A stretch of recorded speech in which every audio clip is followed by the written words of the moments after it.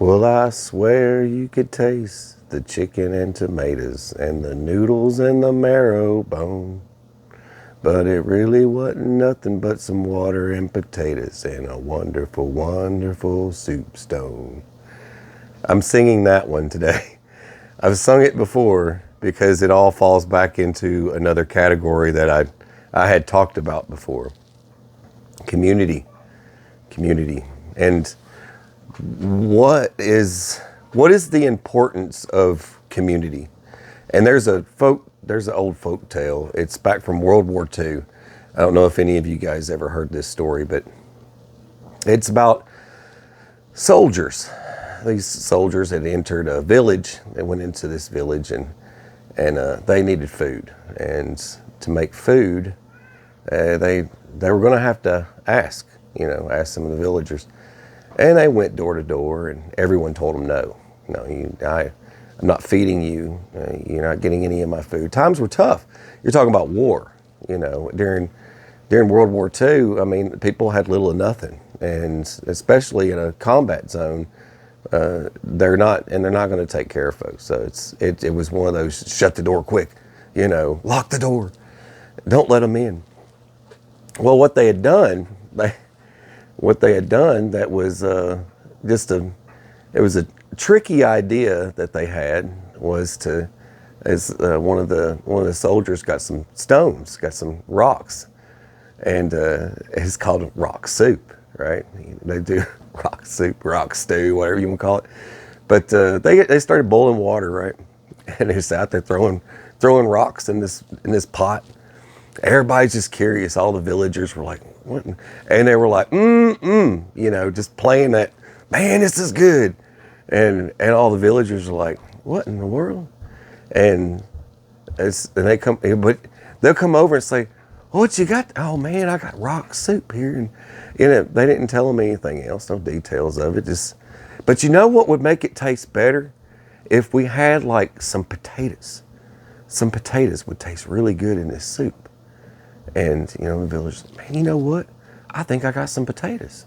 And he'd go back and come back, I got potatoes. And then another villager comes up saying, man, you know what would make this taste really good?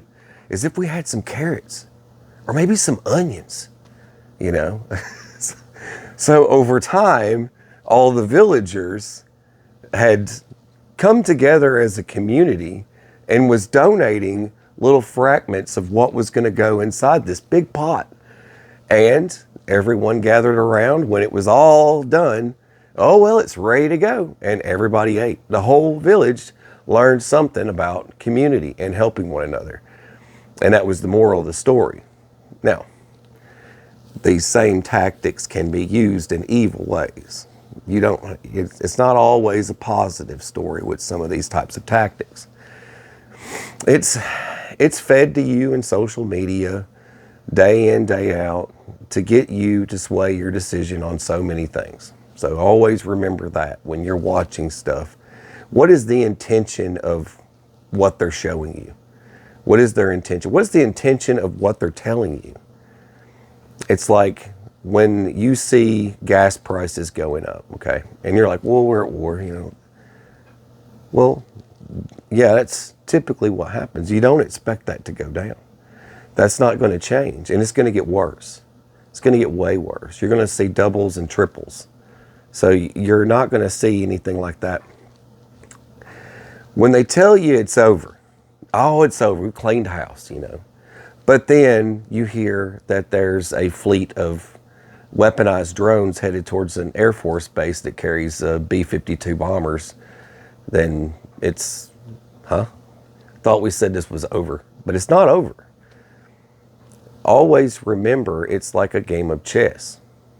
But I'm telling you a story of community so that you can get your community together. Don't think of this as I'm trying to tell you that every story and situation should be that way. But I'm saying that this same type of scenario can go both ways. You can either stay the person over here that just keeps on gurgitating, taking this stuff and going, hey, and then hate and fear and all this stuff. Or you can just, well, they're going to lie to you anyways. You know, that's what the government does. So you got to shut that side off for a minute and then focus on what's around you. As a Marine, I always lived with this phrase in the back of my mind all the time. And it was, deal with the battle in front of you. Always deal with the battle in front of you. What is in front of you at this very moment is what you need to be facing, that battle. You can't focus on so many different battles. You can't stop if you have a threat and say, well, I need to go and deal with this other one that may be a problem 15 minutes from now. You have to deal with the threats in front of you as they come. So you always have to remember that. Face the battle in front of you always. Remember that. But community. Now, with all the crisis, all the things that are happening in the world, and I find it fate. There's neighbors that I have yet to encounter in my area, and I had accidentally received some mail that was belonging to them, so I returned it. I got this in the mail. I was like, what the heck? I was like, that ain't me. And I was like, hey, that's that one guy. And I went and I took him his mail. And come to find out, we relate quite well. It's like grows tobacco, all kinds of fun stuff. Another person, just like myself, that's out there, that it kind of fate pulled me that direction. And then, but you've got to remember, when times get crazy, you might not be rolling out. You might not be leaving and going anywhere. There might not be a bug out plan for some of you guys that like to talk about the bug outs. And traveling 100 miles to get to a bug out location and stuff like that, that might not be plausible when situations get really dire. You might not be seeing yourself running and going down. You're going to be dealing with a lot of crazy people, and you already see that the world's gone crazy. You've got people getting in fights over all kinds of stuff. You can't even drive your car anymore without almost getting killed. So think about it. People have gotten crazy. Their cheese has slid off their cracker, and you're in the middle of it. You're driving down the road. You're just trying to keep your family safe. All right, but my little one asked, you've got kids, you see the world a different way. You see the world a lot different than people who don't have kids or people who have like one kid. We have 4, and I don't have any grandchildren. So for those of you that have grandchildren, I applaud you. But for us, we got the littlest one that asks all these crazy questions. And it really opens your eyes if you've got a real small one that likes to ask questions. It really makes you see things different. It's like, wow, do y'all really look at it like that? You are so blunt. But then you got your teenager one, you know, the teenager that, Then you've got your preteen. I've got that one, you know, the one that, and then I've got terrible too. So it is a crazy world that I live in.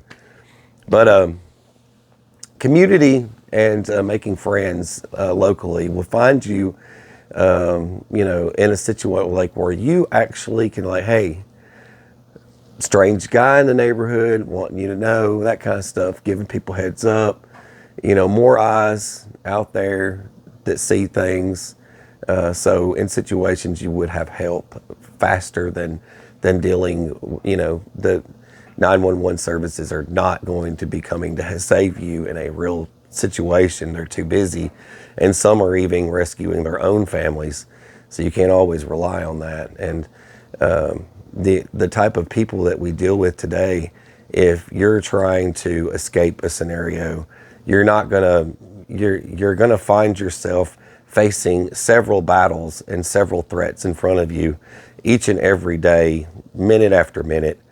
And you really have to think of, well, if the threat comes to me, and everybody likes to give that scenario of a bunch of marauders showing up to your house and all this crazy stuff.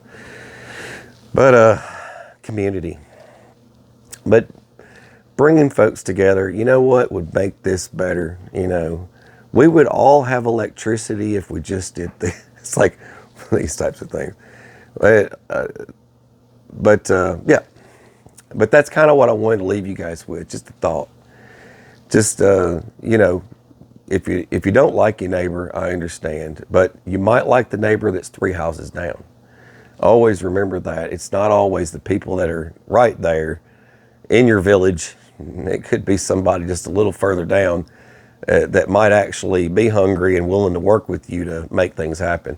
So you always have to remember that, and always focus on the correct conflict that you need to deal with, and not so much on, you know, there's nothing we can do about the other stuff. It is a possibility of, you need to always remember there's always a possibility of more. There's always going to be something else, no matter what they're telling you. They tell you that to calm you down. It's like a game of chess. I've mentioned it many times. When you play chess, you set things up for a reason, and you have a plan to corner that king. And, you know, that's how the game works. They're not going to tell you, but they will persuade you to not think about it or focus on it. So, but always keep your head on a swivel. Stay frosty, and God bless. Take care and stay safe.